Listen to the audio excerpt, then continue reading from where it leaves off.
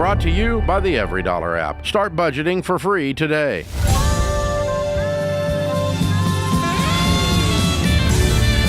This is the Ramsey Show. Welcome, America. This is where we help you win in your life, win with your money, win in your work, and win with your relationships. 888-825-5225 is the phone number. 888-825-5225 will get you in on the conversation. I'm Ken Coleman, the fabulous, the incomparable, the stellar, the author of a very exciting book we'll talk about later in this hour. She is Jade Warshaw.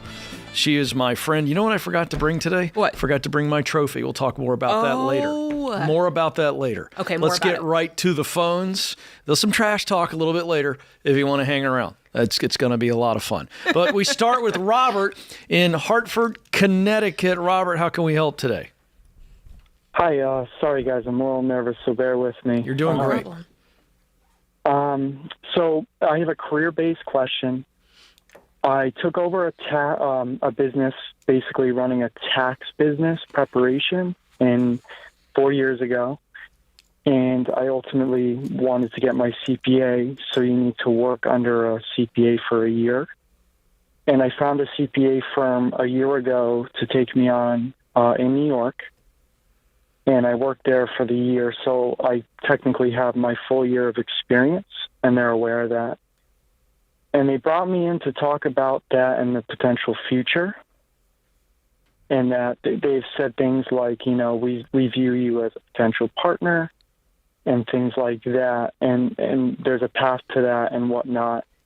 And I'm at a roadblock because this job would require me to give up my business if I was to continue working with them and become a partner in the future. Mm-hmm. But I'm also trying to figure out if I should just keep my business, and because I am taking my CPA exams, I do have my year experience, and should I just focus on growing that? So do you want to be a partner in someone else's firm, or do you want to be your own boss? We're looking 10, 15, 20 years from now. So I obviously would rather be my own boss. They're kind of trying to tell me things like which I have been for 4 years. A sole proprietor is, you know, you do a lot of work on your own. Sure. You don't have that other person there to bounce ideas off always. I obviously plan to expand the business, and it's not just going to be me. I just didn't know if, obviously maybe it's less risky to join them. They are offering me to keep 10% of my top clientele as well. So what's the better financial situation? If you stay working for yourself or go to work for this firm? Could I give you some numbers? Yeah, that's what I'm looking for. Okay, sorry. The business nets about $50,000, but I only have to work 3.5 months because it's tax season.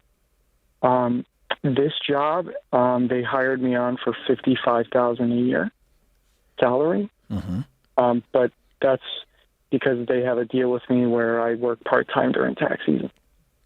Okay, but what would partnership look like? What kind of financial windfall? So that's the thing. They really won't give me any numbers. They're really looking for me to go to them with a number of what it would cost for all these things. Okay, what are you doing in the other 9 or 8.5 months of the year when you're only working for 3.5 months?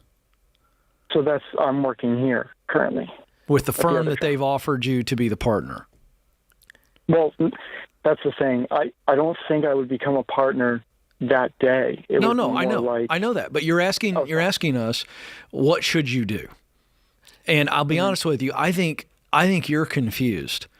So instead of me trying to dig a little deeper, I'm going to switch gears on my tactics. When you called a few minutes ago, which way were you leaning? To probably keep my business and stick with that. Why? Because I get to be my own boss. Mm-hmm. I make the same money now working much less months. Mm-hmm. It could probably contribute more time to my business. Mm-hmm. And once I get my letters, CPA letters, I would just like to think that business could expand more. And long term, you want to work for yourself. Can I interject a question or sure. just get clarity, is the reason that you're only working tax season, is that because you don't have the CPA certification yet? But once you have the CPA certification, then you'll be able to work year round doing other books. For yourself. Yeah, unfortunately, without the CPA, my client base is very specific. Right, but you're getting it. Yes. And then you'll be able to change. do the whole gamut. Yeah, I should have my CPA by January. Got it. My opinion is, I'll see what Jade says. I think you need to not take the offer to eventually become partner. I think you stay in whatever arrangement you have with them. I'm slightly confused, but I would work for myself and freelance and do whatever you're doing until you get your CPA license and work on building your business. I think that's what you want to do. And quite frankly, I think it's probably the better play for you financially. So for me, it's check. Jade? Yeah, 100%. Listen, I think it's weird that a firm is offering you a partnership. You don't have your CPA yet. They don't know what you can bring in revenue-wise yet. Like, they don't know anything about truly what you're bringing to the table. So that feels odd to me. Not to cut you off. Okay. I'm sorry. No, it's okay. Tell me. They are fully aware of my business. They're fully aware of everything. They won't give me those numbers. They're more so trying to say, what would it cost for you to stay with us? And we basically promising down the line partner is what I'm trying to say. Yeah, and sorry. That doesn't change my answer. Yeah, me either. It doesn't change my answer. I think that you have you've tapped into like 20% of your potential on your own. And once you get that CPA certification, once you get that license, you're going to be able to really see what this business can do. And it's worth it to me to pan that out and see, being your own boss. Yeah. Few things rival that. Yeah. I think you keep the course you're on and be confident in it. That's where you want to be. Okay, thank you. Sorry if the question was silly. No. You're doing great. I just want to be able to make sure that I understand and that we understand which way you're coming to this thing. But I trust your gut. How about that? I trust your gut. I think you got a good gut on this. And so understand that the desire to build your own firm, I think you're already in a position to do that. The only way, Jade, I would have changed my advice in this situation for Robert would have been if the time spent with this firm would give him the necessary resources and or experience, intangibles, blah, blah, blah, blah, blah, to then set him up later to do his own thing. But the fact that he's already doing his own thing and all he's got to do is finish getting qualified. This is the get qualified stage. Yeah. And the CPA license, once he's there, this is a no-brainer. And that's a really good business, by the way. 100%. To own. Because if you talk to anybody in the tax field, there's not enough people. Yeah. And so in this situation, Robert, we're on board, man. Stay the course, be patient, and do your own thing. Hang your own shingle, which you already have. Stay with it, and I think you're going to be better off. So good stuff there. Love it, love it, love it. Love the solopreneur who's going to then build a business, a small business that provides jobs. And what's key, it's what keeps this American economy going. It's small business, small business, small business, small business. Oh boy. I appreciate your vote in November, folks. Just kidding. All right, quick break. We'll be back with more of your calls. This is The Ramsey Show.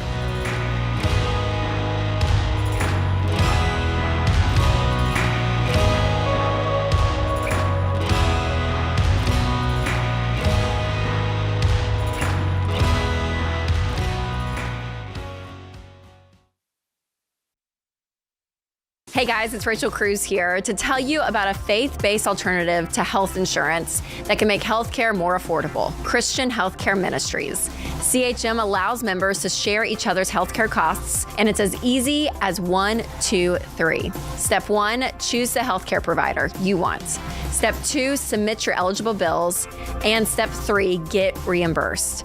CHM members take care of your eligible medical bills. With no networks and the freedom to choose your healthcare provider, CHM is the best option for Christians who want to take care of their families and help other believers. Find out more at chministries.org/budget.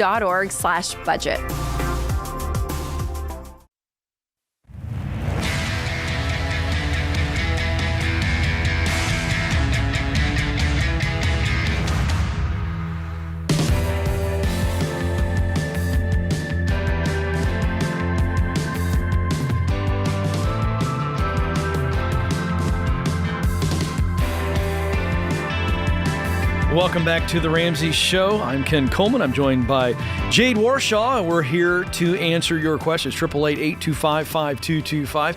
Jade's our resident money expert today, and I'm the resident income expert. How about that? Mo money is my theme for you. Mo money, mo mo money, money, mo mo meaning, money. right? And more money, more meaning is what we're going for here.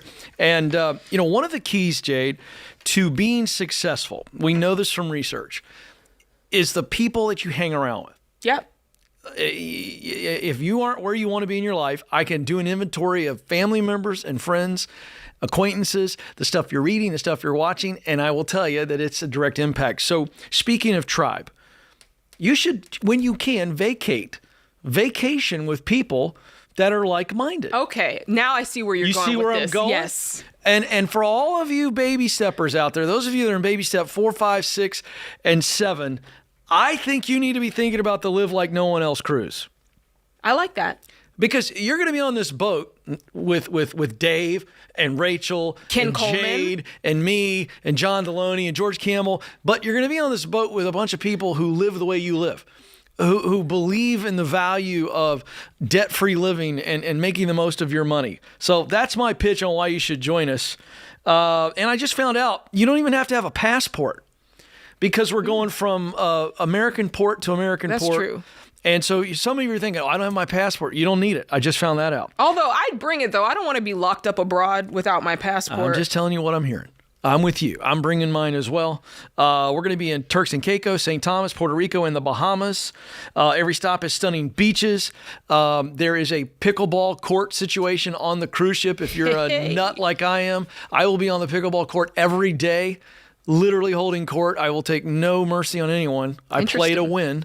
You know this. You plays for keeps, I Ken. play to win. Beyond the Ramsey personalities and Dave, you're going to see Trey Kennedy, comedian, Stephen Curtis Chapman, great award-winning musician, Maneet Chauhan of the Food Network, Allure, Deanna Carter, Mrs. Strawberry Wine, country music star herself, and more. It's a 7-day cruise, March 22 through 29, 2025. You don't want to miss this. 90% sold, so you better get on it. It's going to sell out probably this month. Go to RamseySolutions.com/cruise, RamseySolutions.com/cruise. Are you going to have your guns out? Suns out, guns out? Yeah, when I play pickleball in the sun, I like to have no sleeves. The less hindrance for that forehand. You know what I'm talking about? When I come over the top. We definitely don't want any hindrance. No hindrance. No hindrance, Ken. Let's go to Cody now in Lincoln, Nebraska. Cody, how can we help today? Hi, guys. Thanks for taking my call. You bet. What's up? So the reason I'm calling is my wife's 31. I'm 32. We own an event rental company that does pretty well. And 3 years ago, we purchased a commercial building and opened up a event venue. The process of doing that, we went into debt about $900,000 after remodel. Yep. Sheesh. After the remodel, and then plus about another 150 to 200 to my in-laws. For what?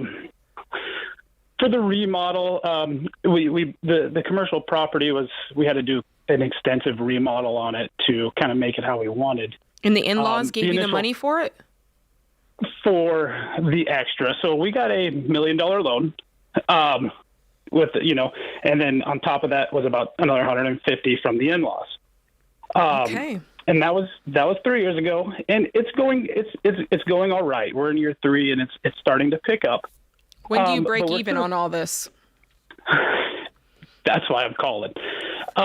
We're quickly finding out with this much debt, it's difficult, very difficult. And, in reality, I think it would be 15 years from now before we'd even get close to. The dream has become a nightmare. A little bit. It's still fun and we enjoy it. But how much do you guys take home? What's your income, you and your wife, off of this business? We haven't set up where we can live off of. We're living fine.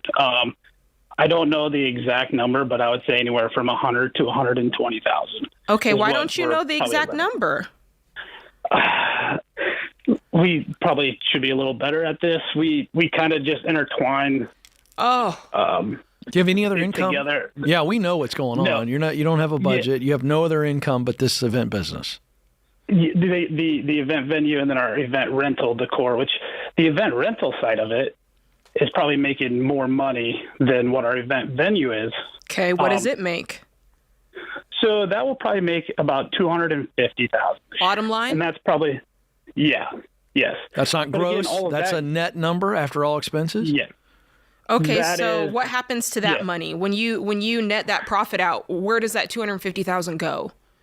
That's our problem. It's like we're making all this money and we're working super hard, and it's like, where does it go? No, that profit is profit. Like you're either reinvesting it or it's sitting somewhere in retained earnings, or you're paying it back to yourself. Like If you're only paying yourself $150, then to Jade's point, where's the other 100? it goes into things like our AC unit. Just all the things you got to fix up on this building. It's a 100-year-old building. Like, it's great. Right, but that's not it's an old building. If you're doing your books the correct way, that would have already filtered through, right. and it would not be reflected in your net profit. That's the whole point. So is somebody managing your books, or are you doing it? No, we have an accountant that does it. She helps us through all this. Something ain't right. I'm telling When you was right the last now. time you had a meeting with said accountant and she walked you through your actual books to the point that you could understand it?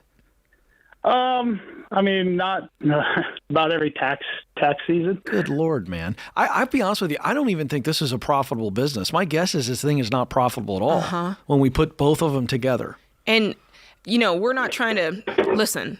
You're stressed up to your eyeballs. Clearly, you got $1 million of debt, and you don't know your numbers. So that right there is very, very stressful. But you gotta right the wrongs on this, and you've got to get involved in what's going on with these numbers, because I would hate for you to think that your event business or the event rental side is earning money when it's really not. And I want you to get with whoever's doing your taxes. I want you to get with whoever is doing your books, and make sure you understand this, because if you don't understand it, you need to work with people who are going to help you understand it. Because as long as you don't understand this, you don't know what's going on underneath the surface. You don't even really know if you can trust the person who's running your books, because you can't look behind them and go, yeah, that looks right. Or yes, I get it. I understand. So there's a part of this where being in business for yourself, you do to a certain extent have to wear these hats where you can at least understand, right, Ken, the basics of your bookkeeping, so that you're not getting cheated, so that if you're actually profitable or not. It's like trying to fly an airplane blind. Yeah. I mean, and you say you're having don't fun. disagree with all that. So, okay, we did a diagnosis. What's your question for us?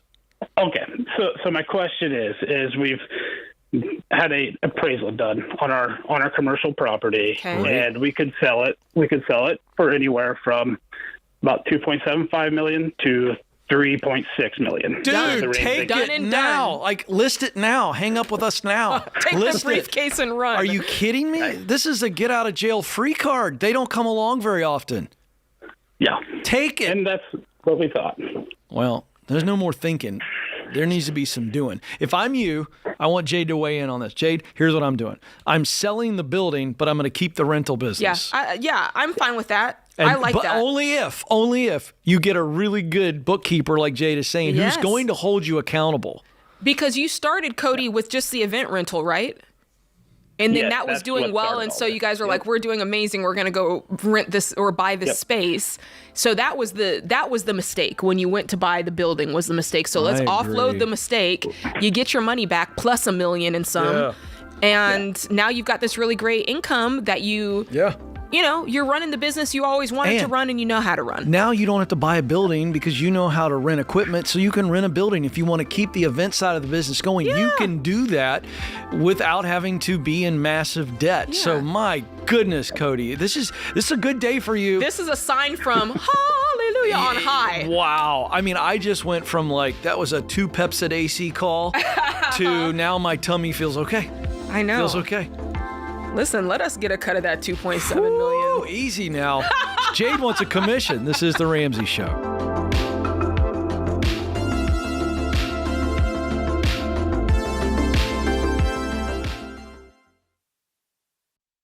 Your home is probably the biggest purchase you'll ever make. And with the real estate market like it is now, you'll need a mortgage company you can trust.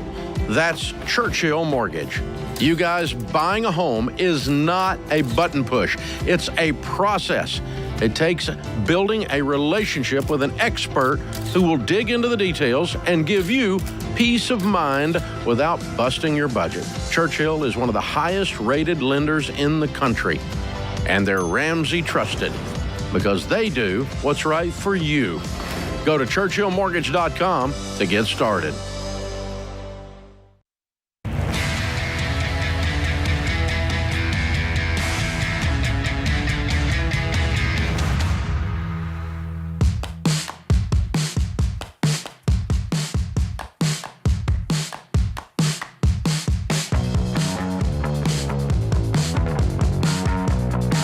The Ramsey Show continues. Thrilled to have you with us. I'm Ken Coleman. Jade Warshaw is alongside.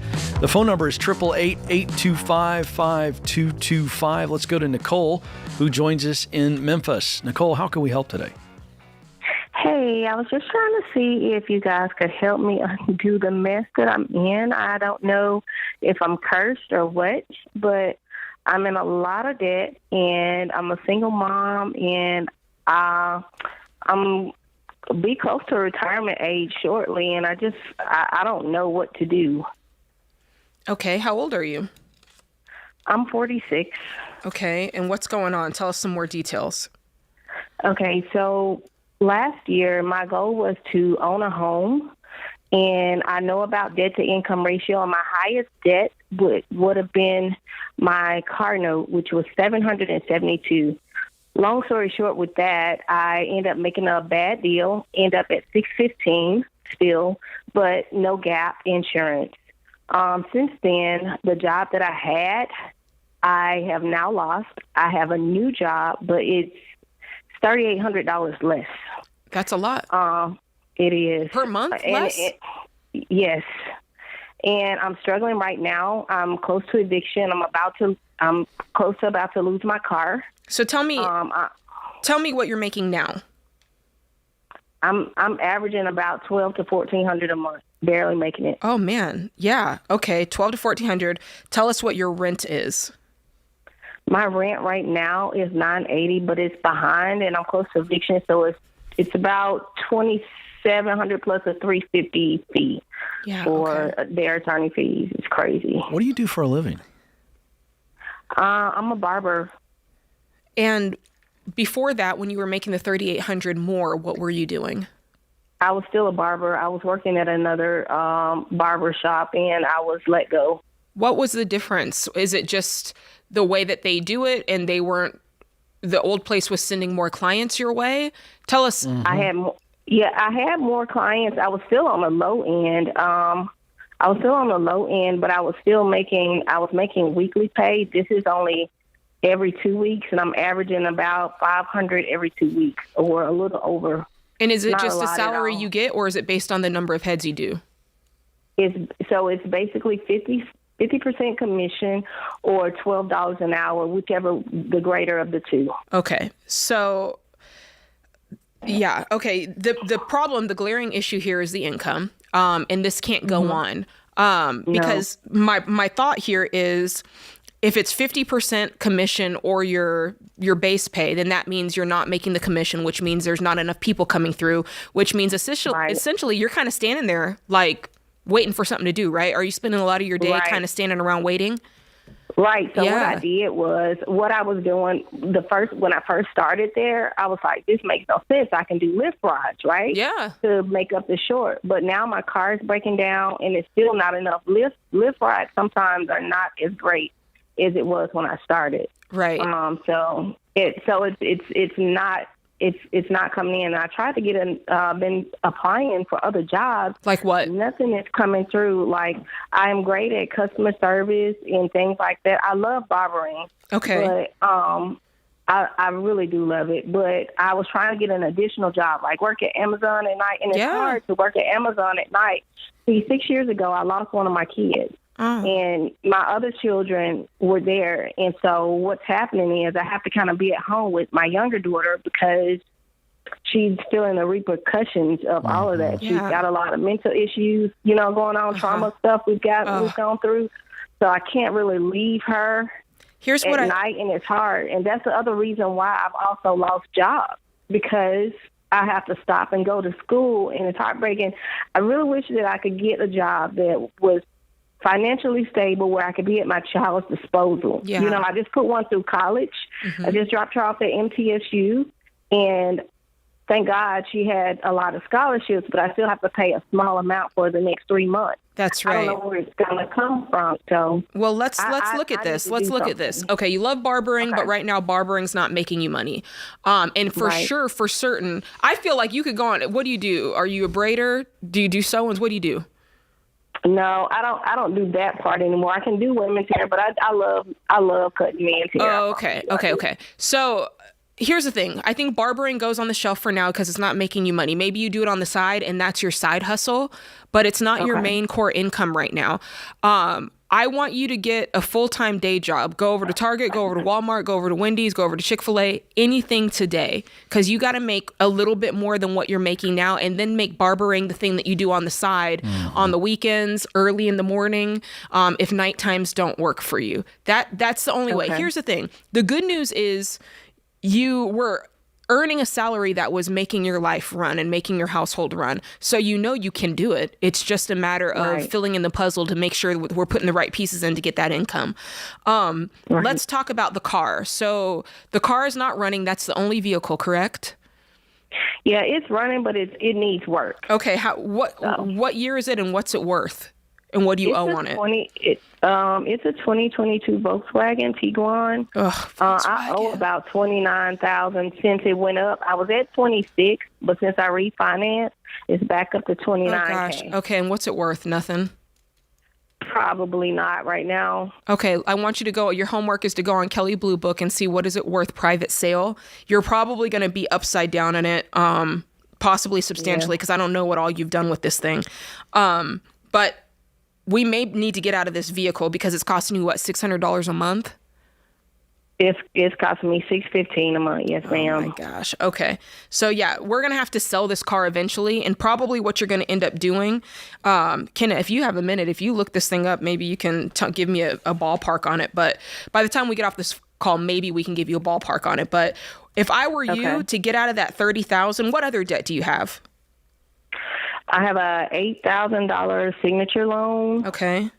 I have some student loans, which I got to try to figure out how to get back because I was in a settlement, and for some reason, just tell me how much they are for the sake of the call. It's like $60,000. $60,000? Back on. Yes, it's $60K. Okay, and they're federal? It's not supposed to be on there.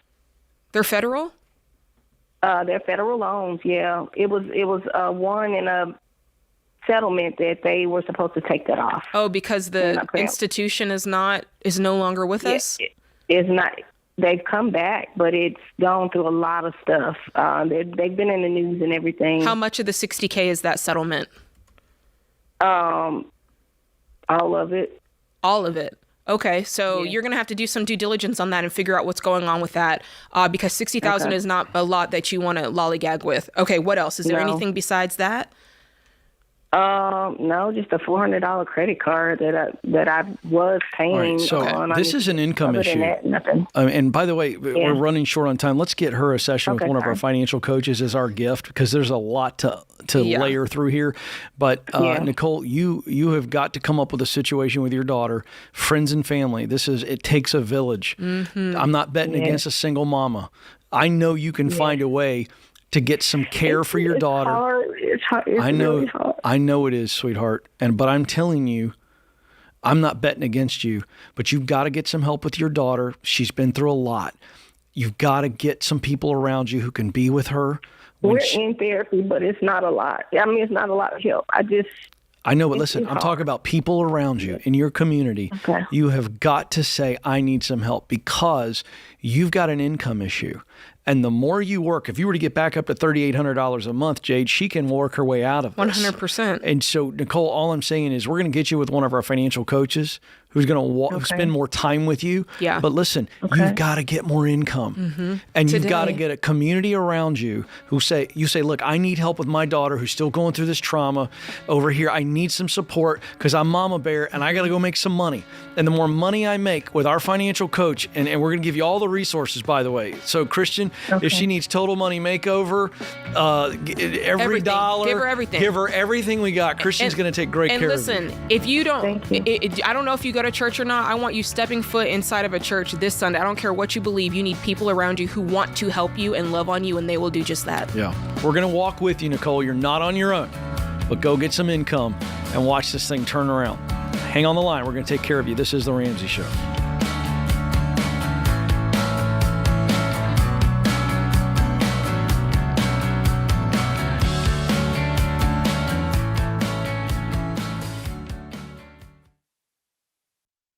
Hey guys, here's a quick math refresher. There are only 24 hours in a day. So you and your team need to streamline time-consuming tasks to focus on the activities that actually make money. Smart businesses are realizing that to reduce headaches as they scale, they need NetSuite by Oracle. NetSuite is the #1 cloud financial system, bringing accounting, financial management, inventory, and HR into one platform. With NetSuite, you reduce IT costs because NetSuite is cloud-based. You cut the cost of maintaining multiple systems because you've got one source of truth. And you improve efficiency by bringing all your major business processes into one platform, slashing manual tasks and errors. So join the 37,000 plus companies, including Ramsey Solutions, that have done the math and are boosting their efficiency with NetSuite. And right now, download NetSuite's popular KPI checklist designed to drive the right behaviors for your business absolutely free at netsuite.com/Ramsey. That's netsuite.com/Ramsey to get your free KPI checklist.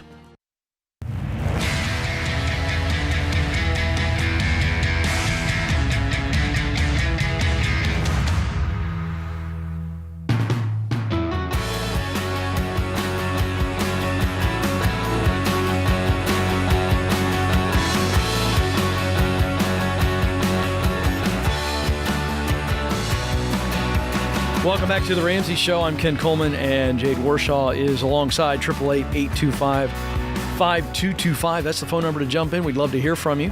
Taking your money calls, your income-related calls today. Matthew is joining us in Houston, Texas. Matthew, how can we help? Hey, guys. How are you today? Good. How are you? I'm good, thank you. So I'm 25 years old, career salesman. At the beginning of this year, I landed a new job, which I've been, my income has grown drastically, and I'm closing on a house at the end of the month. And I just wanted to know, at my age, I want to start investing early. I also want to be debt-free. Is there a balance to investing, post-tax dollars and paying off the home, or should all of my excess cash just be going to the principal and, I start investing once that's paid off? Because, at my age, the value of the compound interest, if I start now, I feel could really pay off down the road. So I just wanted to get your thoughts on that. Yeah, I mean, I think it's a good question to have, and I think it's a question that a lot of people have. So you just closed on this home. Let's make sure you're in the position to begin investing. Do you have 3 to 6 months of expenses saved? I do. Okay, great. And then at that point, you would be considered baby step 4, which is you're investing 15% of your gross income every single month. Are you doing that? I haven't started. Well, I contribute to my company's 401k plan, but other than that, I haven't started, which is pre-tax, but I haven't started investing any post-tax money yet. Okay, good. So what I would say is whatever you're doing now, if you have access to a match through that employer account, I would invest up to that match. And you said it's an after-tax. It's a pre-tax It's with pre-tax. my employer. So Okay. they match 3%. I'm contributing 6% right now. Okay, so I would do up to the match, and then I would go over to a Roth IRA, and I would go ahead and max something like that out. And then if you still have money left in your 15% of contributions, then you could go back out and get as close to maxing out that 401k as possible. The goal here is, again, for you to be investing 15% of your gross income. And most people do it on a monthly basis because, you know, you can kind of set it and forget it with your employer. And so that's what I would do. And then beyond the 15%, any money that you have extra, I would put it towards the paying off of the house. And so that's the way we teach. At 25 years old, you're not married yet. You don't have any kids yet. So you can kind of forget for now about baby step 5 because you don't have any kids. There's no 529 that you need to really add to. And so then for you, the next step is baby step 6. You're putting extra money towards the house, and you get to decide how intentional you're going to be about that. Right? You don't have to go crazy like you did with the other baby steps, but you're a single guy. You could probably, you know, make a lot of headway on that. What do you owe on the house? So around 450, 460. Okay. I haven't even made my first mortgage payment yet. Yeah, you said you closed here. You haven't even closed yet, right? Or you just closed? I haven't closed yet. Right. Okay, yeah. And so that's what I would advise you to do. That's what I did, and that's what I do. Yeah, I'm going to agree with you. I mean, I love Jade's advice. Follow it. But I just want to commend you. I love this. Excellent. I love this mindset that you've got, man. You haven't even made the first payment yet, and you're calling and going, what do I do first? You know, but we want you to be set up for the long term, and you're going to have no problem getting rid of the house payment. And the reason I suggested you going to the Roth right after the 3% is we want that 3% match. I mean, obviously that's free money, but then I love the Roth option for you because on down the line, you're going to want money that you have access to, that you don't have to pay taxes on, and that you don't have that required minimum distribution. And so that's why we would say that, and then come back and you can fill up that 401k when you're done. What do you expect to make in the next 12 months? I'd say around $400,000. Wow, my son. See, I've been wanting to ask that. I had to wait. I didn't want to interrupt, but I was going, I had a sense that he was killing it. He had jumped into a. Well, when he told us the amount on the house, I was like, wait a second. Yeah. So here's the only reason I asked that. Again, this is all an exclamation point to what Jade said. I can't add anything to what she said on that. With that kind of income, you're going to be fine. You're going to be more than fine. So you just follow the baby steps. And with that kind of income, man, it is going to be ridiculous. Okay. Have you gotten your hands on an investment calculator? So I was just going to mention, I took a look at the amortization schedule on the loan, and that really just kind of ticked me off, you know? Sure. So I want to let it tick you off, but go in order. Yeah. You know what I mean? Like, get your investment strategy because with that kind of income and what Jade's talking about with the investment calculator, it's one of her favorite things to do. It is. Are you running some numbers for him? I'm going to run a few numbers for my guy. Because he's so upset about his loan, his mortgage, his amortization payment.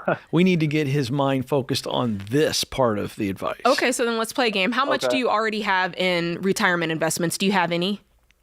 Ooh, only maybe $6,000 or $7,000. Okay, I'll put $7,000 in there. All right, and then let's say you contribute, $60,000 a year. So let's say $5,000 a month. All right, and then we'll get you at 10% rate of return, because you make a lot of money, dude. If you don't do anything else from now until forever, like from now until 65. Oh, actually, hold on. Yeah, I was going to say. I accidentally put in the wrong retirement age, but it's actually worth noting. I put in 48. Like if you were to retire at 48, you'd have $5.3 million. Wow. I thought I put in 65. Let's put in 65 and see what it says. If you go till 65, I'm shook. Tell him the number now, and don't remind him what he's putting in every year. No, this is monthly. If you put in $5,000 a month because you make $400,000, that's $60,000 a year. That's $60,000 a year at a 10% annual rate of return. You already have $7,000 there. If you do this from age 25, you said you're 25, right? Yeah, I'm 25. Until age 65. You sitting down? Are you sitting down? Because I'm standing up. $31 million. $31 million. That's crazy. Wow. I had to put my pinky like on Austin Powers. Yeah. Wow. So now you feeling a little bit better? I do. I feel a lot better, but and that's really why I called you guys, because I know that if I start now, by the time I'm 65, it's going to make a huge difference. Right. And by the way, that doesn't mean you aren't paying your house off. You're still paying the house off. Yeah, we didn't even talk about that. And we didn't even talk about the fact that this is you starting. Like, this is not you at your full potential. You're still going up in the world. You're still on an upward trajectory. Yeah. Man, I thought something was wrong with my calculator. No, that's 15% of your income. And oh, by the way, after you budget all that, you are now making extra payments on the house. Oh, yeah. And you'll pay the house off before you know it. So this isn't an either or. It's both and. That's the point of the exercise. Sure. Matthew, I'm happy that I know you. I'm happy I got to talk on the phone to you. Hey, check back in with us. Keep letting us know how this goes, because so many people need to hear this. If you can get these things firing on all cylinders, even if you're not making $400,000 a year, if you're making $200,000 a year, what is possible when you get a hold of your finances so early is so amazing. And for anybody listening, if you've never played with an investment calculator, I suggest we have a great one, RamseySolutions.com. You can check it out, or you can just Google Ramsey investment calculator and it'll pop up. But start playing with those numbers to see what your life can be. And I mean, that's motivating at the very least. Yeah. Absolutely. Thanks for the call. Love the breakdown, Jay. That's always fun when we get into the numbers, because in his mind, he's like, I got to pay that house off. I got to pay that house off. I got to pay. It's like, no, it's both and. It's both and. It's not either or. And fun to run those numbers. And boy, that's a staggering number. That is a staggering number. And let me just... And not many people make his money. No, they don't. I want to at least call that out. Early in life. At 25, to be making $400K. No, he's in the top 1%. That's top 1%, 100%. So I just want to at least call that out. But let's also, Ken, let's explain why we care so much about paying off the primary mortgage. Because at the end of the day, yes, we want you to have the compound interest, but at the end of the day, there is going to be a time where you do not work and you don't want to be making payments on a mortgage. Your mortgage is the biggest line item in your budget. You want that done and paid for by the time you're that age, so that you can just live. Yeah, I totally agree. There's a young man that's living like no one else. I promise you, he's going to be living like no one else and also giving like no one else at a young age, by the way. Great stuff. Good hour, Jade Warshaw. All right, does it for this hour. There'll be more Ramsey Show, I promise.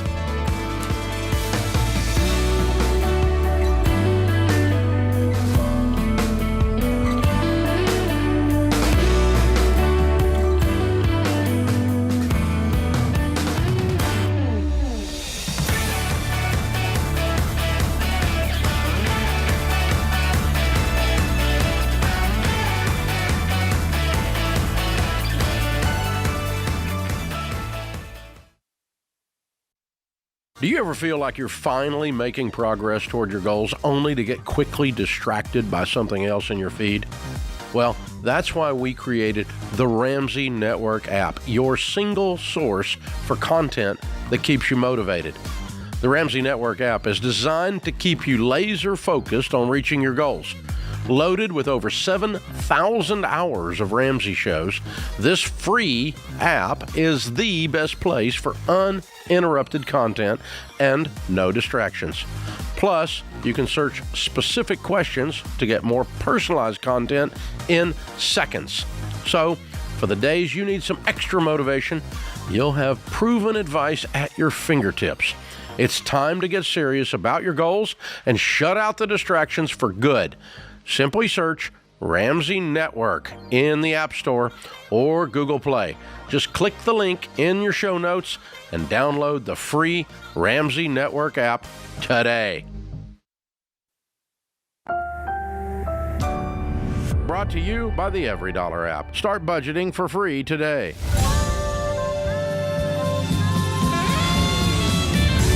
Welcome to the Ramsey Show, where we help you win with your money, win in your work with that income of yours, and win in your relationships when you're tackling things like money problems.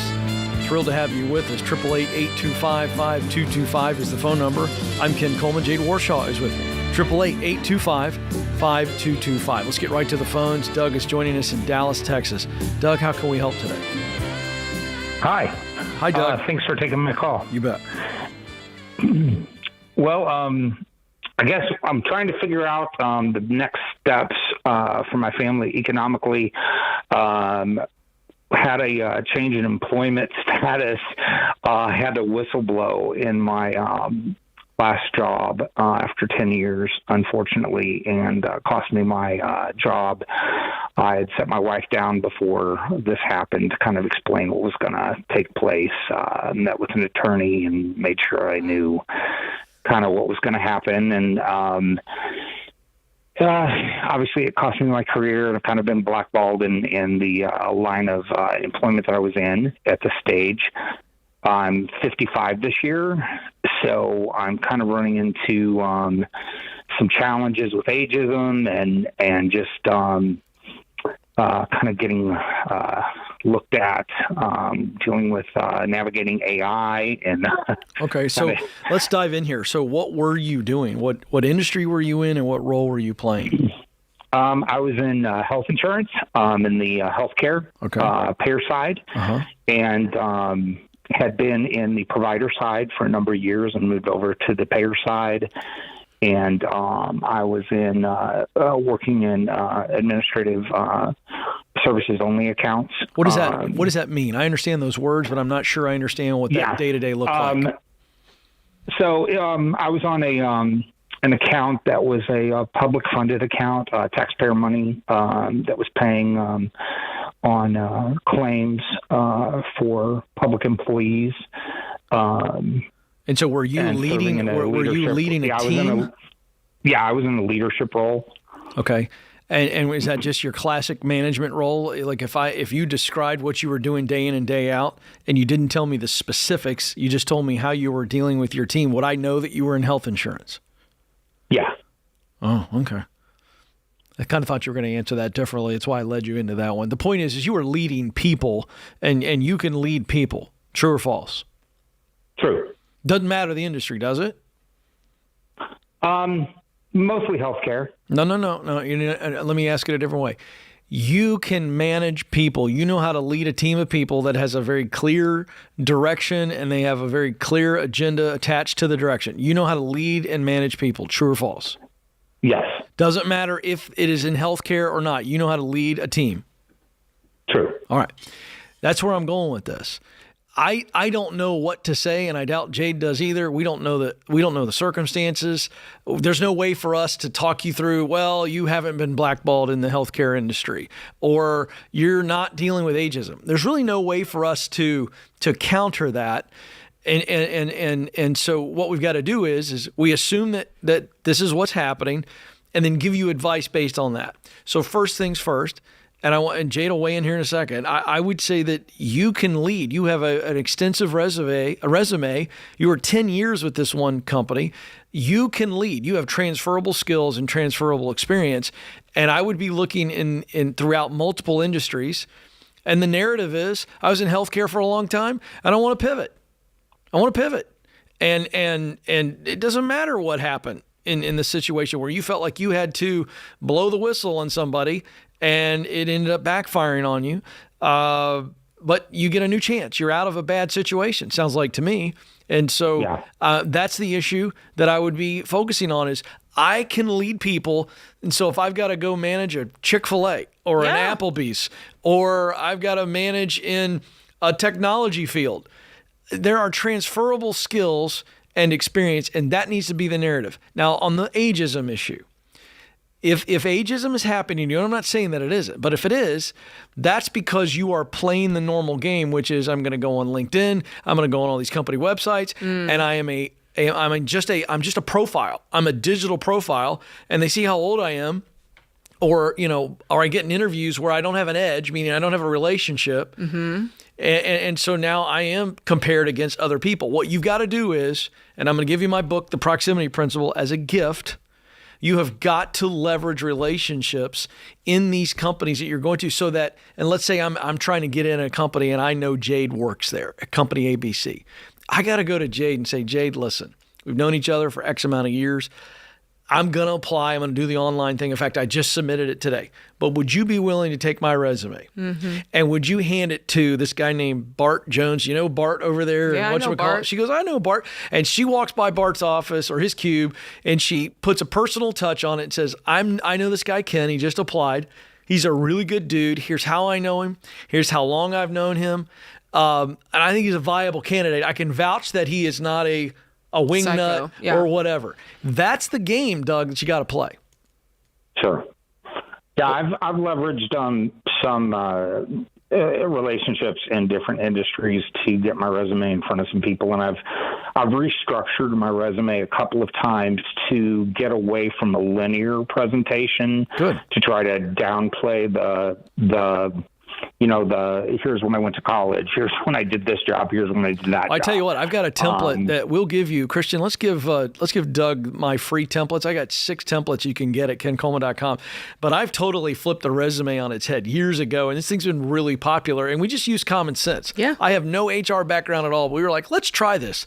And it really works. Mm-hmm. I've had Fortune 100 employees email me and say, I got through the list because my resume looks totally different than everybody else's, and I'm not going to go through a breakdown of it for sake of time. But, Doug, it starts off with who I know. That's the top of the resume. It says Doug, whatever your last name is, and the first bold heading is who I know. And what you've got to do there in order to fill that resume out is have a 1 or 2 or 3 or 4 or 5 degree connection to somebody in that company. So you're making it custom for each. You're customizing it for each. And you're also, or it might be industry specific.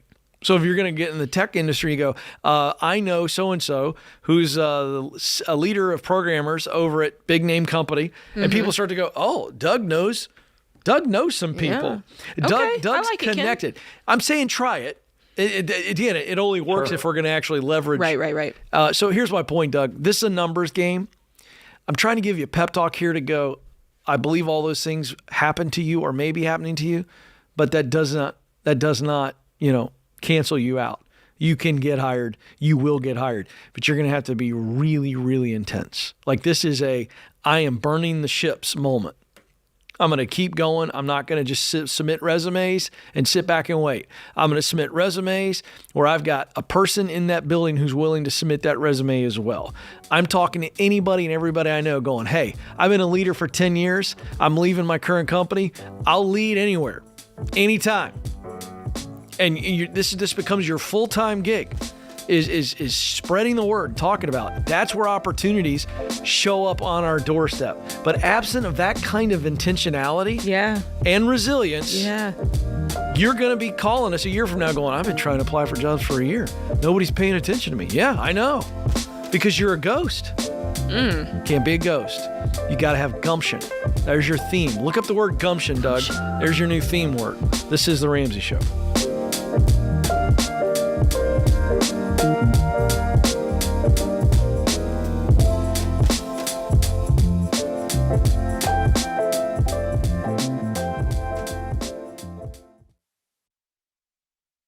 A lot of financial institutions don't care too much about you, but they care a lot about getting their sweaty hands on your money. They have fancy furniture and marble columns in their lobbies because you're paying for them with high fees just to access your own cash. But Fairwinds Credit Union's different.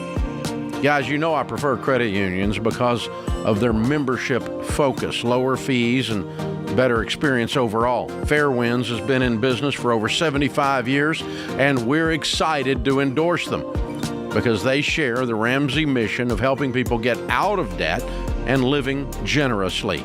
They won't try to force debt products and loans on you, and it's easy to join Fairwinds no matter where you live. They serve hundreds of thousands of members worldwide. Anything you could do at a bank branch, you can do on fairwinds.org. Plus, your deposits are federally insured by the NCUA up to $250,000. So talk to my friends at Fairwinds and check out the combined checking and savings account bundle they created just for Ramsey fans. Go to fairwinds.org/Ramsey to learn more.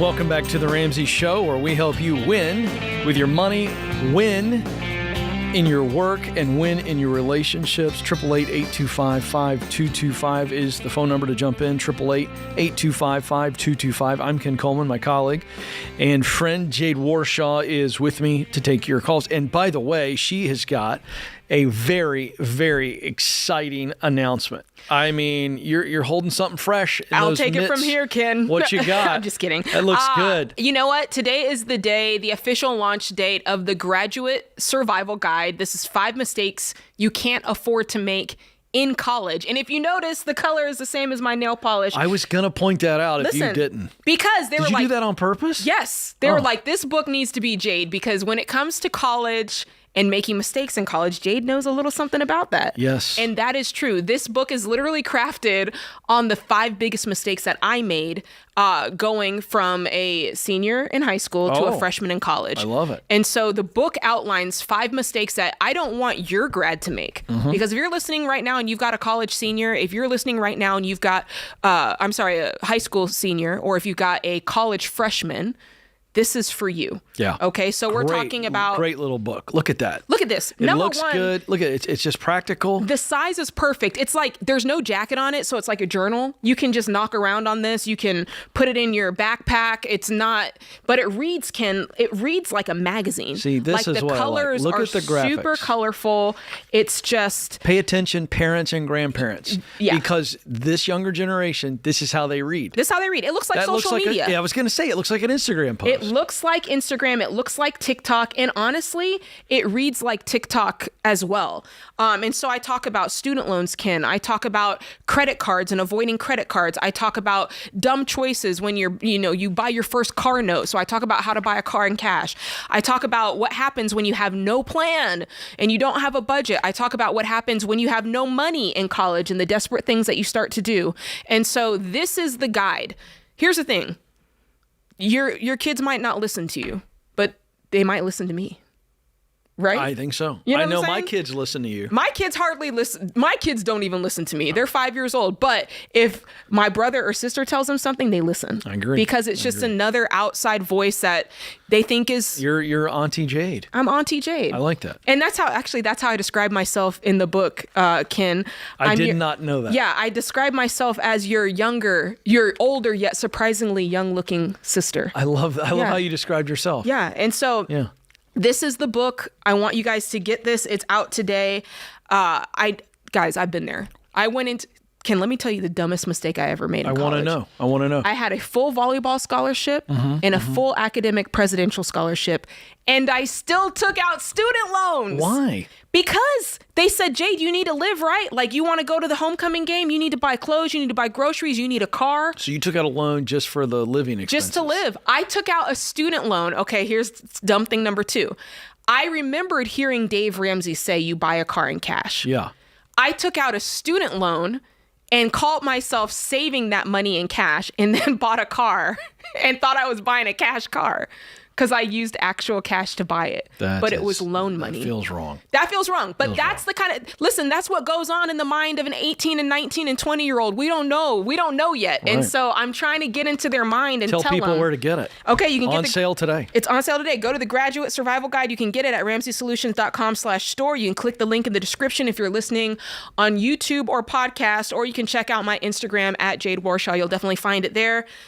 Get it today. This is the most important. If I had this, I would have been a Scrooge McDuck by now. I would have had millions. I like the Scrooge McDuck reference. It's very fantastic. By the way, if you're watching on YouTube and you understand what I'm about to say, if you're listening on the radio or via the podcast or the Ramsey app, you're going to get, with buying this book, you're going to get a great suggestion of a nail color for all you ladies out there. It's a neutral. Because you are, I don't know that color's neutral. Ken, I guarantee you it matches everything.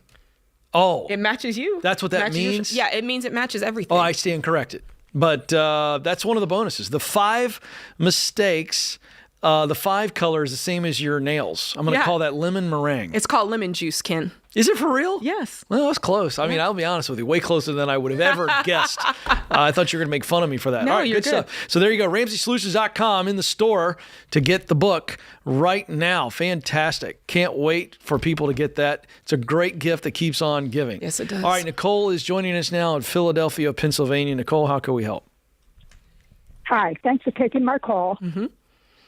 You're probably going to think this is a stupid question. Nope. Speaking of college loans, should you take out, if you had the money for college, should you take out a loan for the sole purpose of helping your child establish credit, FICO score, and a repayment history? What do you think the answer to that is?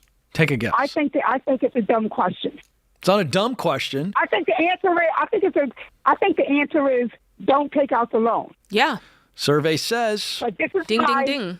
other question. Okay. This is my other question. And I know Dave has talked about FICO scores and apartments. How easy or hard is it for someone to rent? I've never had to rent an apartment. So how easy or hard is it for someone, a college graduate, 25, 26?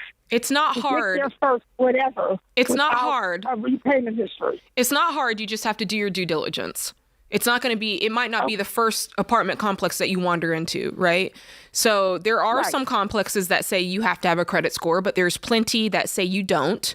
Or if you're renting outside of an apartment, if you're renting a house, maybe he and a couple of buddies rent a house, or they rent a condo, or they rent a townhouse, something like that. Yeah, you can definitely find it. It's just going to require you to do, like I said, it's not going to be the first complex that you throw a rock at. You might have to visit a couple of them and let them know, and just go in there with cash and say, listen, I've got cash for first and last months. They might charge you a little bit extra. That's fine. Just go in with the money and you'll be fine. It's not that big of a deal.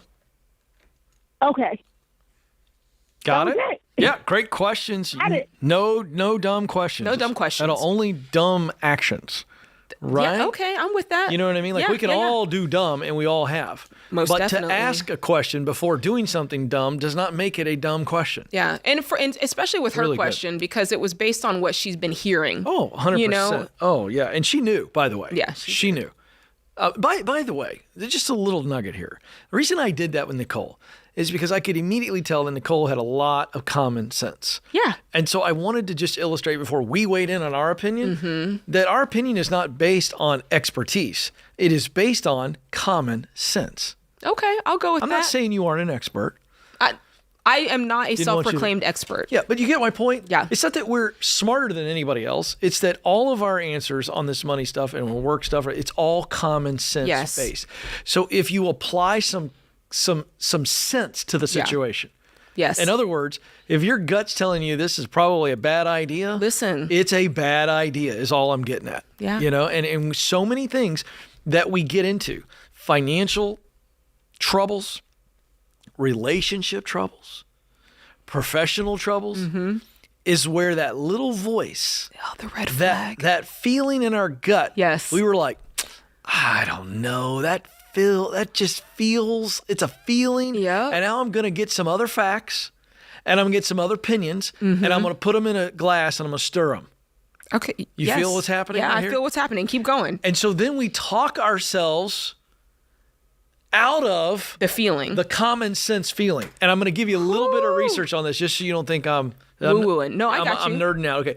So I read a book written by a physicist and a neuroscientist. And they were talking about the gut feeling.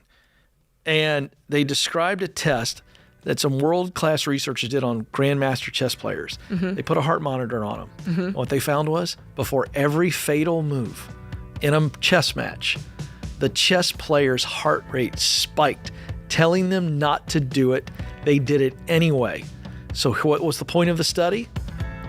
That gut feeling is attached to your actual brain. Don't ignore it. It's your body saying, stop, override the brain. Some call it a still small voice. There it is. So all I'm trust saying. that common sense. You're sensing it, believe it. All right, quick break. More of your calls coming up. This is The Ramsey Show.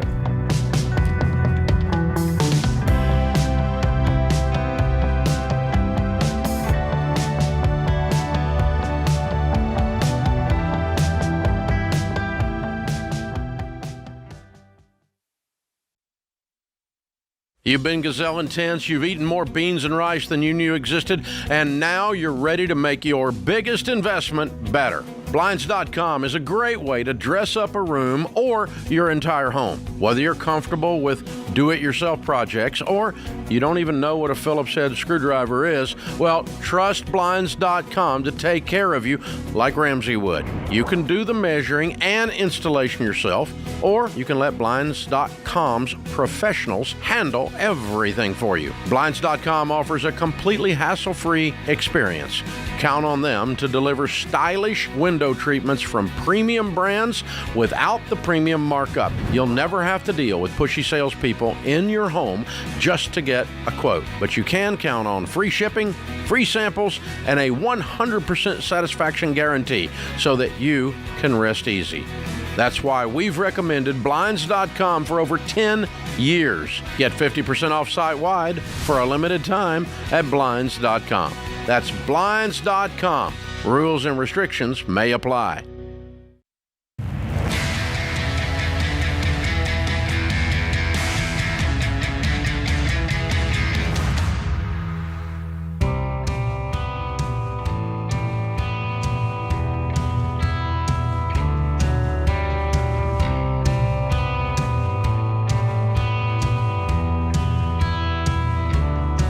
Welcome back to the Ramsey Show. I'm Ken Coleman, and Jade Warshaw is alongside. We're here for you, 888-825-5225. Time for our Ramsey Show question of the day. It's brought to you by Why Refi. Why Refi refinances defaulted private student loans and builds a custom loan based on your ability to pay.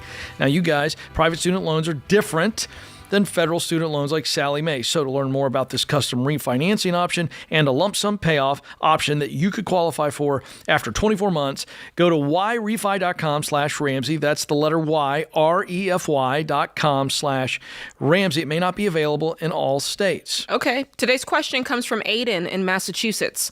He says, I'm 20 and attend college to get my bachelor's in electrical and computing engineering. I took Ken's Get Clear assessment, and engineering was one of the careers it suggested, and it's the one I'm most passionate about pursuing. I currently work part-time for a retail store, and thankfully they are paying for my degree at no cost to me. But as excited as I am about my future, I'm discouraged because I still live at home and my job is not fulfilling at all. And on top of that, the process of getting my degree is a long and grueling process. Am I overthinking this, or is this a thing most college students experience? I could use a pep talk. Okay, yes and yes. Yes, you're overthinking it, and yes, this is normal for college students to go through this. There is a roller coaster where a college student first leaves the nest. Many are excited about it. Many are scared about it. So whatever that range of emotion is, that's the kind of the beginning, right? And then you get there, and for again, let's just leave it. Most people are kind of like, I'm on my own, living my best life. Mom and dad aren't breathing down my neck, telling me to clean my room, the whole 9 yards. And then we start getting into classes. And, depending on your situation, you're going to deal with some hardship there. Yeah. A very different ball game there. Sometimes it's a lot harder depending on the major. You're on your own. You don't have a bunch of study aids. It's like, oh, hello, I got to be an adult. Then we start moving into, okay, I know what I want to do. And in this case, he knows what he wants to do. But he's looking at 4 years. 4 years. And to have this emotion, it's very normal. Are you overthinking it? Yes, because all you're thinking about is the climb. You're it's the climb. Thank you, Miley. I'm sorry. Thank you, Miley Cyrus. That was actually perfect. What you're not thinking about is the destination. And so what has to happen is you have got to come up with a mental approach to, I got to do what I have to do so that one day I can do what I want to do. And the only analogy that I could give here is a pep talk, and I'm going to hand the baton to you, okay, for your locker room speech. When I trained for the half marathon, and you're currently training for a marathon, I hate to run unless I'm running in a game involving a ball and a victory. And a pickleball paddle. But the idea of just running, just I hate to run. it. And so I remember in my training, Jade, early on, that I figured it out. And I would be approaching a long grade or a sizable hill.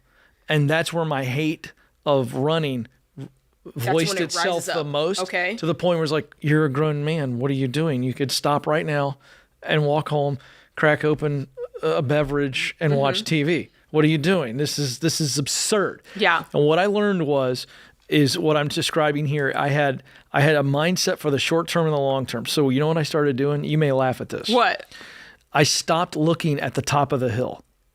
That's genius. Once I knew the hill was there, I went, I got to get to the top of that hill, and I'm going to feel better about myself. I'm going to gain endurance. It's going to be good for what I'm training for. But once I saw the top of the hill, I took my eyes off the hill, and I started looking at my feet. And I literally, mentally just looked at Ken. one foot running against the next. And when I just looked at, there's one foot, there's another one. I'm just doing this right here. And all I'm looking at, and occasionally I would glance up just to make sure I wasn't about to run into a parked car. Yeah. But I never looked at the top of the grade anymore. And I'm going to say I think that's the approach. If you know that the degree is leading you to the field that you want to be in, and you got to get that degree, if that's the case here. So the pep talk is a glance at the destination to say that's what I'm aiming for. But now I better focus on 1 week, then the next week, the next week. Before I know it, semester's over, and before I know it, I'm at the top of that hill. And I will tell you, the moment I adopted that, I had a much better mental approach to running hills. And I will also tell you that I started measuring, my pace didn't drop off as much.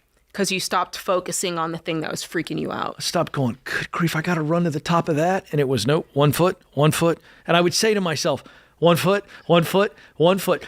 Because you can't have two thoughts at the same time. You know what, Ken? That's actually genius, because that's a big part of this. I agree with you 100%. You can't look at the summit. You have to look at where you're at in the moment. And I mean, this is not going to sound very eloquent, but it's the truth. Hard work is hard work. Like people say hard work like kind of like a euphemism, like, oh, it's going to take a lot of hard work. I can't believe I got to do that. And then when you do it, they're like, why is this hard? I'm like, hard work is hard. But you can't look at like Ken said, you can't jump to the finish line, right? Like right now I have an app that, does my training for me. If I were to skip forward and look at a couple weeks from now, my heart will start pounding. It's a great illustration. Because I'll be thinking, oh my gosh, there's no way I can run 20 miles. Right. Because right now I can't. Right. But if I keep going day by day, by the time that day comes, I will be able to run 20 miles. So this guy, he's just got to look at it one day at a time, focus on the reward, focus on what it's going to build inside you, because at the end of the day, you're going to get this degree and you're going to know how to do the things in the field that you need to know how to do. That's right. And that's motivating. And for you right now, what's your personal why for this marathon? In other words, let's fast forward to race day. Yeah. And you're going to finish. Let's not even think about your time. My personal why? What's your why on this? A couple of things. Number one, I started hearing a lot of people with a lot of money run marathons. So you go, I want some of that. Heck yeah. Okay. And then I looked at Dave, and I said, if Dave Ramsey ran a marathon I think he was, how old was he, James? Like 40, in his 40s? I think older than that. Yeah. Mid-40s, I think. I mean, I'm exactly 40, and I'm like, yeah. If Dave can run a marathon, Mama's going to run a marathon. Okay. Like, no, for sure. I like and then those. the other thing is, there's been two things that have really been definers for me. One was when we paid off the $460,000 of debt. I was like, you can't tell me nothing. Like after this, like nobody can, don't try to tell me anything, because that just created a confidence. Yeah. The second thing was when I had my two babies.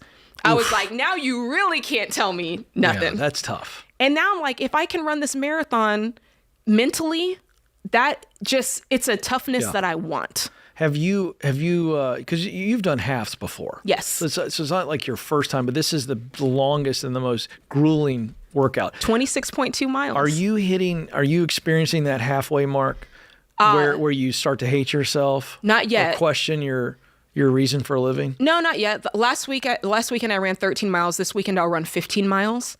And for me, and I don't know, maybe I'm crazy, but for me, this is like, yes. Like I am like full Dragon Ball Z, like powering up mode right now. Like I am. But you're telling me great. In the middle of the 13-mile run, you're saying I didn't hit a moment where I had to press through. I have hit those moments, but Ken, you said it, and it is so true. What you say to yourself, You can only have one thought at a time. That is so good. Yeah. Because when I'm running, if you could hear my brain, in my brain, I'm like, come on, Jade. Like, you're a freaking boss, Jade. Right. Like, you got Yeah, this. literally. Like, Yeah. you have to talk to yourself like that because there's nobody else to say it. Yeah. When So, I'm running, I'm by myself. Ain't nobody else telling 15 me miles anything. coming up this weekend. Yeah. What You will want to be- do it? You want to do it, Ken? I'll zip Lace 'em along up. beside you on a bicycle. I mean, I exercise, but I Wait. keep mine to short Ken pivots. Coleman is in shape. Let me brag on you. And for anybody, I know you guys, you want us to talk about money. I Well, played this is all part of pickleball. it. Mindset. I played pickleball with Ken, and Ken, I'm saying this in your favor. Okay. Ken is older than me and older than a lot of the other players. He has more years on us. I'm the oldest Ramsey personality. I can handle. But Ken dominated the courts.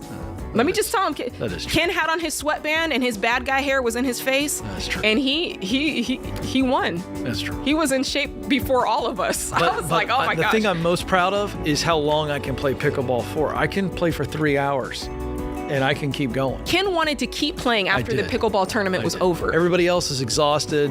They needed lunch. We needed a margarita. I'll tell you what I needed. I needed more competition. Feed me. He eats competition for breakfast. Feed me more competitors. I'm a gladiator with a paddle. This is The Ramsey Show.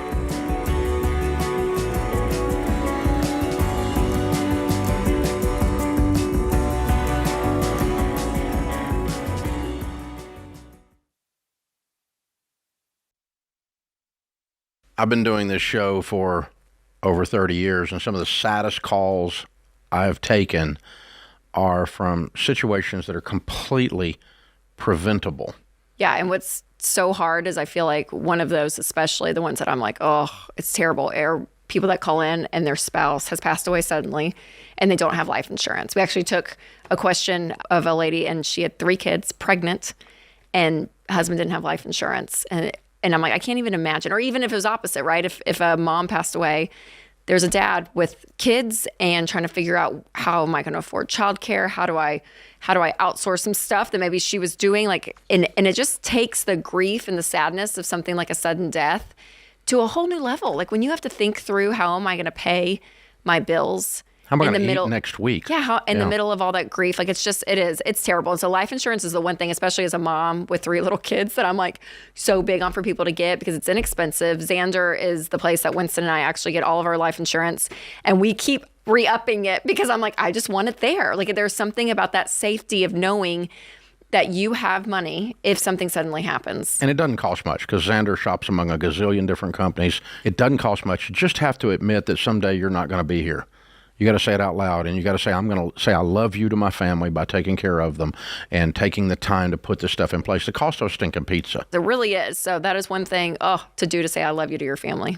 So we've used Xander for all of our family's needs for insurance for many years, including, of course, term life insurance. To get a free quote, go to 800-356-4282. That's 800-356-4282, or go to Xander.com.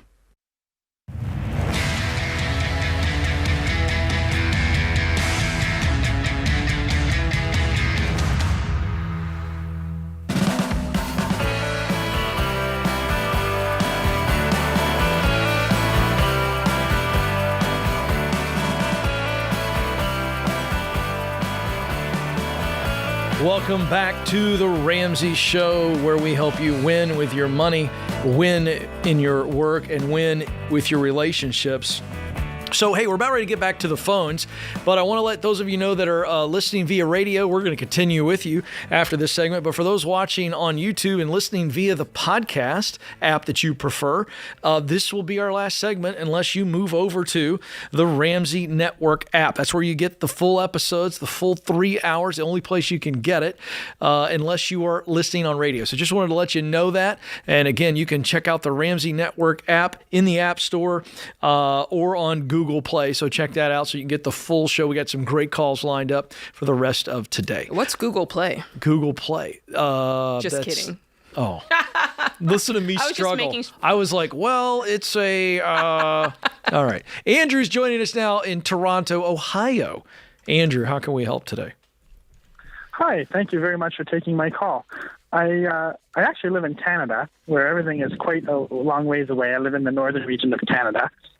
and I drive about 7,000 to 8,000 kilometers per month. And I was wondering, should I be looking at maybe leasing an electric vehicle or keeping my current gas SUV? Okay. Is there anything you want to add to that? You seem like you're going to say something else. I was just going to say, because the amount I spend in gas each month is roughly $200 less than an electric car lease with the extra kilometers for 80,000 per year. So that's why I thought, I'm usually very against leasing, but I thought, I don't know, is this the one time that there's an exception here? I'm not 100% sure. Well, I think it sounds like there's two issues here. One is the affordability of your gas, and if you want to lower your gas bill. And the other issue is if you choose to change vehicles, can you afford it, and do you have the cash to buy the vehicle? So let's look at it kind of separately for that purpose. First off, for your gas SUV, what are you spending now? How many dollars are you spending a month to fill it up and do all that? About $1,280. So that's the average in the past 3 months I looked at. Okay, and you're saying that with an electric vehicle, you could lower that by $200? No, so the electric vehicle with because leases usually only go to 24,000 kilometers here in Canada. So buying the extra kilometers, which is 8 cents a kilometer, totals me about $1,400-ish per month for leasing on a 2-year lease. And the reason is because I'm assuming there's no residual value left in the electric car, and if there is, it'd be small. So the warranty is for 160,000 kilometers. And I thought, well, I'll probably reach that within 2 years. So, leasing it over 2 years, then here's the keys, and I don't have to deal with the speculation on how consumers are going to perceive the value of the electric car once it's done. Here's the thing. I'm never going to advise you to lease a vehicle, and I'm never going to advise you to go into a car note for a vehicle. For the lease, I'm not going to suggest that because it truly is the most expensive way that you could possibly operate a vehicle. Even though you're like, hey, it's electric, there's, rebates that I'm going to get, all that. When you do the math on how the payment is, how they come to the conclusion of the payment, you're going to realize, oh my gosh, this is the most, and I can go over that in a minute.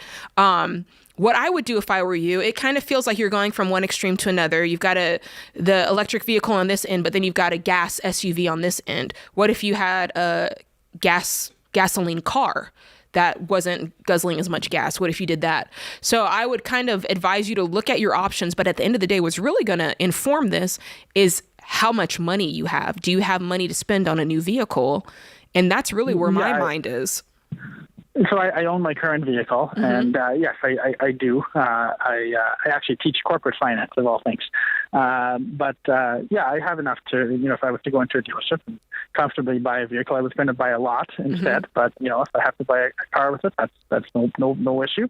But honestly, my current vehicle is fine. It has a lot of life left to it. Okay. It's just more of, the fact that, there's a depreciation expense, right? And there's a gas expense. And by the way, when you lease a car, the depreciation is built into the price of the lease. Like that's correct, built in. So you're not avoiding that. No, what I am saying is, if I could buy the electric car in cash, except the car salesman said once they're out of warranty, they're really only worth, maybe, 15 or 20,000, in residual value. And he gave an example because he had one that he recently had to buy, and he said it's because consumers don't realize you can, maybe replace the battery, but, still it's kind of early. And to your point, we are seeing, we're getting more and more people calling in saying, I bought an electric vehicle. It's now barely a year later and the value has gone down substantially. So there are issues there. I'm not necessarily saying that I'm in favor of you having an electric vehicle. You're just saying, hey, this is what I want. What I'm simply saying is if you decide to do that, I would buy it outright and I would buy it used. I would not lease it. So that would be my advice to you. You're grown, so you'll probably go away from here and you'll do what you choose to do. But that would be my advice. Okay, I'm going to stick with my gas car then. The only incentive I thought was the lease payment was cheaper than the gas. But you know what? The way that you but I don't understand. I don't understand why not even maybe try to come to the States and get a used electric car. That's what I'm thinking. would they be under warranty though, right? And how long do those electric car batteries last in lifetime? Like, you're asking the wrong cat, because I don't want an electric car ever. I'm a classic car guy. In fact, the older the car, the better for me. So I'm just being honest. I don't know. I'm asking you.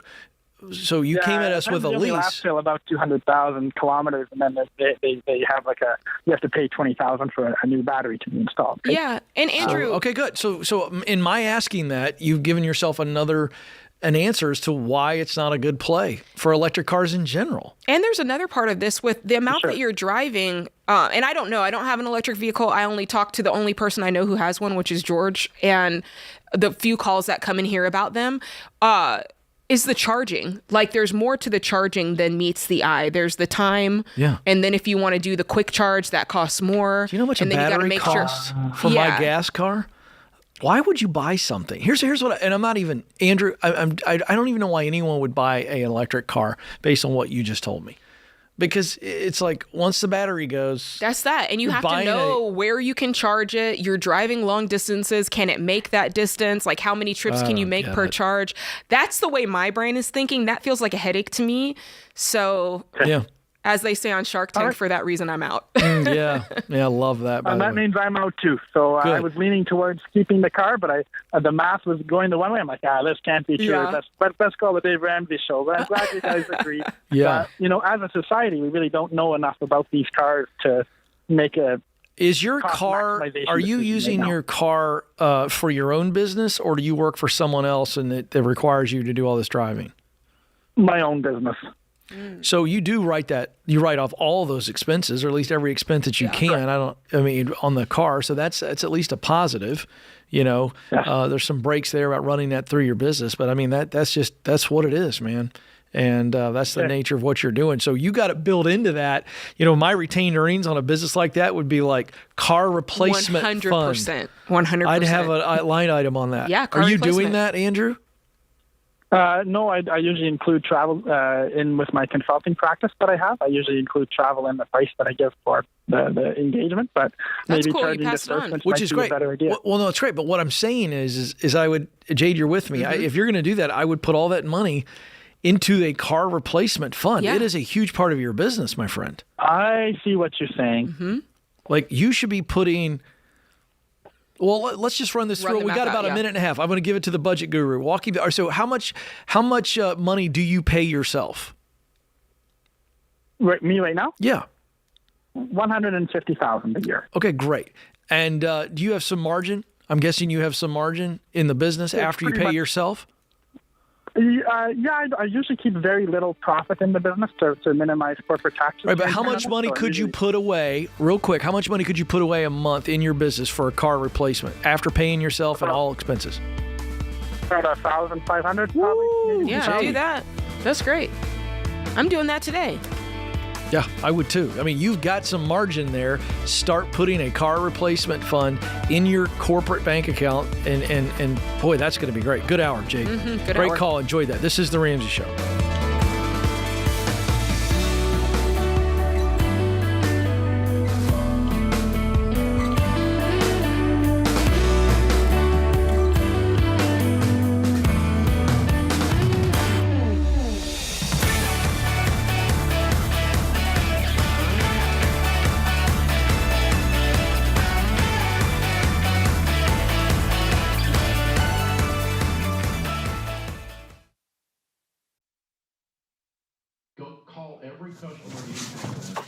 Hey, what are you still doing here? You know the rest of the show's happening on the Ramsey Network app, right? So you got to jump over there to continue watching. You can download it for free. Just go to your app store, type in Ramsey Network. It's completely free, and I'll drop a link in the show notes to make it easy for you. So if you're watching on the app, you're in luck. But if you're watching anywhere else, this show is over for you. So jump onto the app and let the fun continue. All right. Go on now. Don't make it weird. Okay, I got nowhere to go, so you need to go. Okay, bye-bye now. All right, it's getting weird over there, guys. What do we do?